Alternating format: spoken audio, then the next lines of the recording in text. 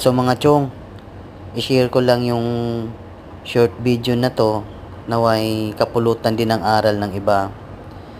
Ito ay paglilip ng napakabigat na structure. Ika nga, sabi nila, more heads are better than one. Dito na pumapasok yung pagkakaisa, team. So, sabay-sabay nilang hinihila, hindi pa baba, kundi pataas.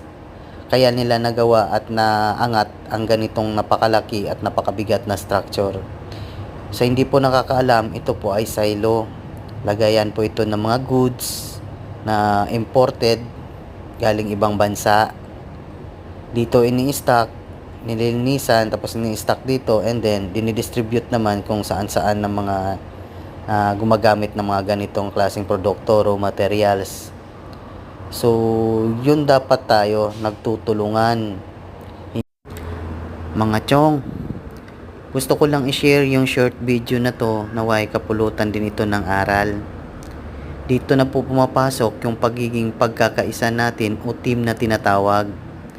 Ito po ay napakabigat na structure, pero kinakaya ng 30 na tao na iangat kasi nagtutulungan. Merong team na tinatawag.